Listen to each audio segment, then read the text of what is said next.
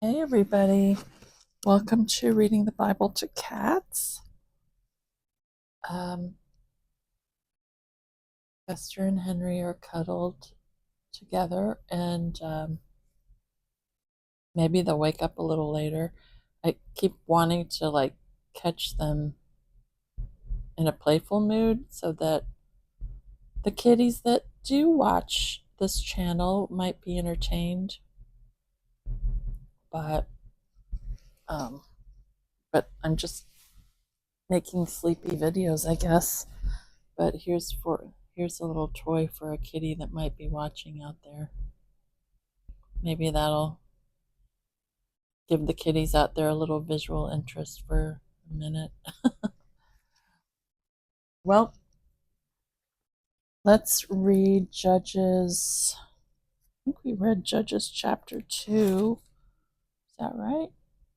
Yeah. Yeah, so now we're on Judges chapter 3. Okay, so Judges, let's pounce on it. These are the nations the Lord left to test all those Israelites who had not experienced any of the wars in Canaan. He did this only to teach warfare to the descendants of the Israelites who had not had previous battle experience. The 5 rulers of the Philistines, all the Canaanites, the Sidonians, and the Hivites living in the Lebanon mountains, from Mount Baal Hermon to Lebo Hamath, they were left to test the Israelites, to see whether they would obey the Lord's commands, which he had given their forefathers through Moses. The Israelites lived among the Canaanites, Hittites, Amorites, Perizzites, Hivites, and Jebusites. They took their daughters in marriage and gave their own daughters to their sons and served their gods. The Israelites did evil in the eyes of the Lord. They forgot the Lord their God and served the Baals and the Asherahs. The anger of the Lord burned against Israel so that he sold them into the hands of Cushan Rishathaim, king of Aram Naharim, to whom the Israelites were subject for 8 years. But when they cried out to the Lord, he raised up for them a deliverer, Othniel, son of Kenaz, Caleb's younger brother, who saved them. The Spirit of the Lord came upon him so that he became Israel's judge and went to war. The Lord gave Cushan Rishathaim, king of Aram, into the hands of Othniel, who overpowered him. So the land had peace for 40 years, until Othniel, son of Kenaz, died. Once again, the Israelites did evil in the eyes of the Lord, and because they did this evil, the Lord gave Eglon, king of Moab, power over Israel, getting the Ammonites and Amalekites to join him. Eglon came and attacked Israel, and they took possession of the city of palms. The Israelites were subject to Eglon, king of Moab, for 18 years. Again, the Israelites cried out to the Lord, and he gave them a deliverer, Ehud, a left-handed man, the son of Gera the Benjamite. The Israelites sent him with tribute to Eglon, king of Moab. Now Ehud had made a double-edged sword about 1.5 feet long, which he strapped to his right thigh under his clothing. He presented the tribute to Eglon, king of Moab, who was a very fat man. After Ehud had presented the tribute, he sent on their way the men who had carried it. At the idols near Gilgal, he himself turned back and said, quote, I have a secret message for you, O king. Unquote. The king said, quiet, and all his attendants left him. Ehud then approached him while he was sitting alone in the upper room of his summer palace and said, I have a message from God for you. As the king rose from his seat, Ehud reached with his left hand, drew the sword from his right thigh, and plunged it into the king's belly. Even the handle sank in after the blade, which came out his back. Ehud did not pull the sword out, and the fat closed in over it. Then Ehud went out to the porch. He shut the doors of the upper room behind him and locked them. After he had gone, the servants came and found the doors of the upper room locked. They said, he must be relieving himself in the inner room of the house. They waited to the point of embarrassment, but when he did not open the doors of the room, they took a key and unlocked them. There they saw their Lord fallen to the floor, dead. While they waited, Ehud got away. He passed by the idols and escaped to Syria. See, it is I who's speaking, not the Bible. I'm going to spell this out because I don't know if I'm pronouncing it right. Seirah. When he arrived there, he blew a trumpet in the hill country of Ephraim, and the Israelites went down with him from the hills, with him leading them. Follow me, he ordered, for the Lord has given Moab, your enemy, into your hands. So they followed him down, and taking possession of the fords of the Jordan that led to Moab, they allowed no one to cross over. At that time, they struck down about 10,000 Moabites, all vigorous and strong. Not a man escaped. That day, Moab was made subject to Israel, and the land had peace for 80 years. After Ehud came Shmagar, son of Anath, who struck down 600 Philistines with an ox goad. He too saved Israel. Okay, everyone, that's the end of Judges chapter 3. Okay, and this chapter sounds like some episode in a Netflix series. You know what I mean? There's a lot of like action and drama and, you know, yeah. Maybe the Bible should be like a Netflix series, I think. Here's a little study note on Eglon's palace, archaeological sites. This is from the Archaeological Study Bible. Judges 3, Eglon, king of Moab, led a coalition of Moabites, Ammonites, and Amalekites from east of the Dead Sea and the Jordan Valley, and subdued the Israelite tribes during the second half of the 14th century BC. Judges chapter 3, verses 12 through 14. He established a headquarters at Jericho, the city of palms, 8 miles, nearly 13 kilometers northwest of the Dead Sea, and from there collected tribute from the Israelites. When British archaeologist John Garstang excavated Jericho in 1933, he discovered a large structure that he identified as the Palace of Eglon. He dubbed it the, quote, middle building, unquote, since it was sandwiched between Iron Age structures above and the destroyed Bronze Age city below. It had been erected sometime during the second half of the 14th century BC, precisely the time of Eglon. The building measured 39 feet, 11.9 meters by 48 feet.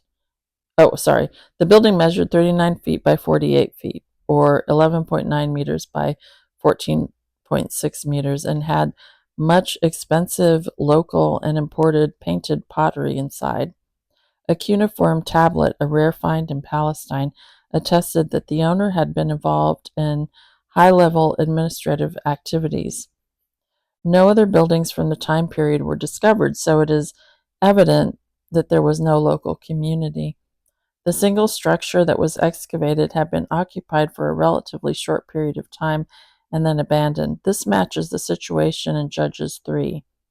Apparently, Eglon traveled to Jericho periodically to collect tribute from the Israelites. There he constructed a luxury villa, as mentioned in chapter 3. But this building was indeed abandoned after 18 years when Eglon was assassinated by Ehud and the Moabites fled back across the Jordan River. Okay, that's the end of that study note. But I want to make mention too, I'm sure there's other archaeological evidence, because this Bible, the study Bible, was published in, let me look. Yeah, this is older because this was published in 2005. Yeah, yeah. So, I mean, this Bible, the study Bible itself is kind of old. Um, Let's see if there's anything else. Yeah, this is a study note. The first judge mentioned in detail is Ehud. The gory details of Ehud's deed fit well with this violent period. Yeah. Also, left-handedness was common in the tribe of Benjamin and may have been artificially induced by binding the right arms of young boys to produce superior warriors. Being left-handed, Ehud could conceal his dagger on the side where it was not expected. Okay. And yeah. Yeah. Yeah, it reads like a scene in a Netflix series, Judges. Let's see, and I'm also looking at the NIV for Century Study Bible, and I want to see if there's anything interesting in here.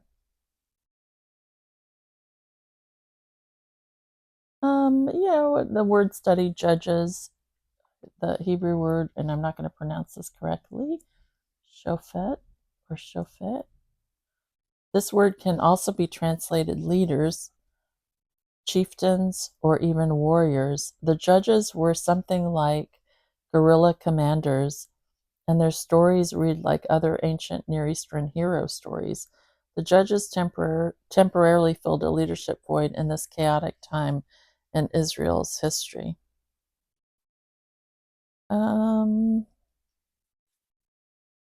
Well, I look forward to chapter 4 because we'll find out about Deborah.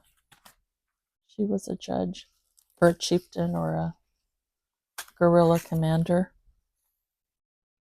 And oh yeah, and I mean it's interesting to me that God leaves those people in well, where's that verse? Oh, somebody's really snoring over there. You can't hear it. Where I'm looking for the verse. These are the verse 1. These are the nations the Lord left to test all those Israelites who had not experienced any of the wars in Canaan. He did this only to teach warfare to the descendants of the Israelites who had not had previous battle experience. The 5 rulers of the Philistines, so these are the people he left. The 5 rulers of the Philistines, all the Canaanites, the Sidonians, and the Hivites living in the Lebanon mountains from Mount Baal Hermon to Lebo Hamath. They were left to test the Israelites to see whether they would obey the Lord's commands which he had given their forefathers through Moses. Yeah. Interesting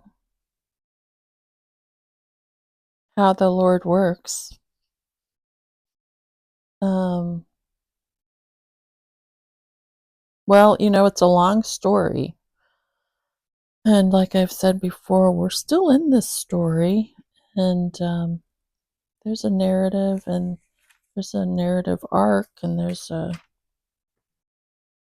denouement, and there's a climax, and there's a ending, there's a beginning, there's a middle. So this is the story the Lord is writing. And the theme is redemption. Well, there are a few themes. There are a few themes. Eternal love. That would be a theme. But yeah, interesting.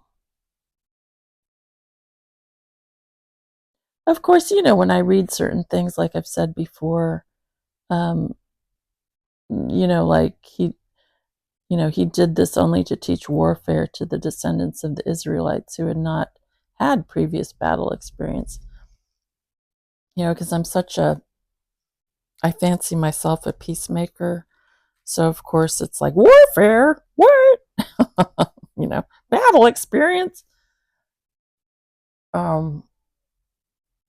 But there's so it's kind of like it kind of rubs me the wrong way. It's kind of like, oh, war.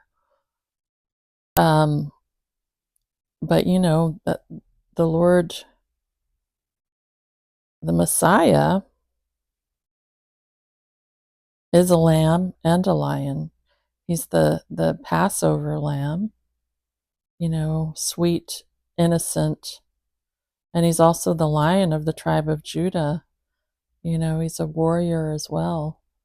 There's a verse, and I forget where it is. It might be Exodus, which I have always loved, which is, what is it? Stand still as the Lord fights your battles, or, oh, now I have to look it up. Be quiet while the Lord fights for you. Now let me just look up that verse. Hold on, then I'll say a prayer. I'm just Googling it. Be quiet while the Lord fights for you.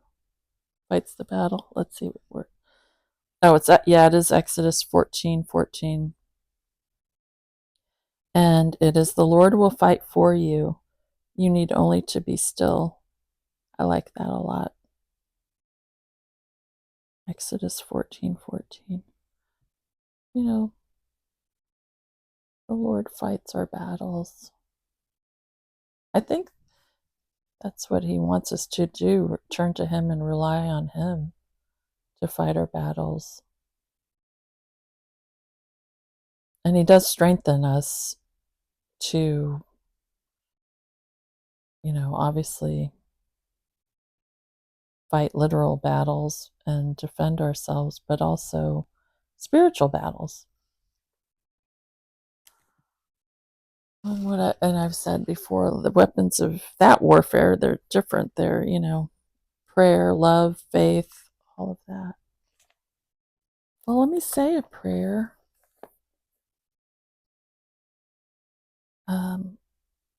Lord, thank you for your word. We just I've asked that you fight my battles for me, because I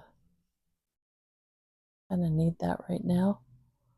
And I pray for everyone who's watching or listening who may be in battle, or whether it's spiritual, emotional, or literal, physical, that they would turn to you and rely on you and know that you will fight their battles as they lean on you, rest on you, and are still.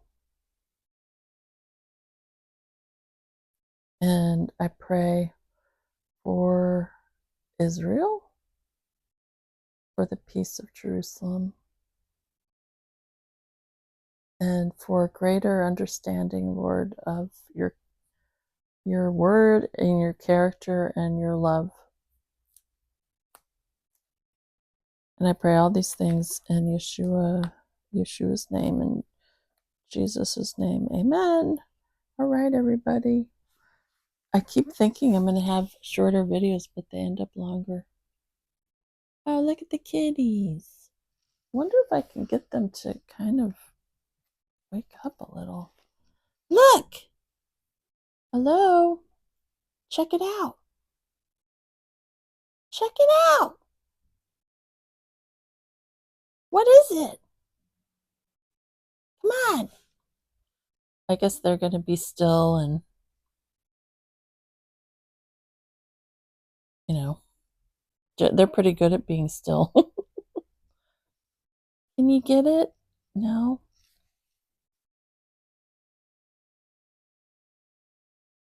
Esther, you want to grab it? Look at it. Okay, everybody. Well, maybe your kitties out there will be interested in this toy. Well, now Henry's waking up. Get it. Okay, never mind. It's taking too long. Okay, everybody.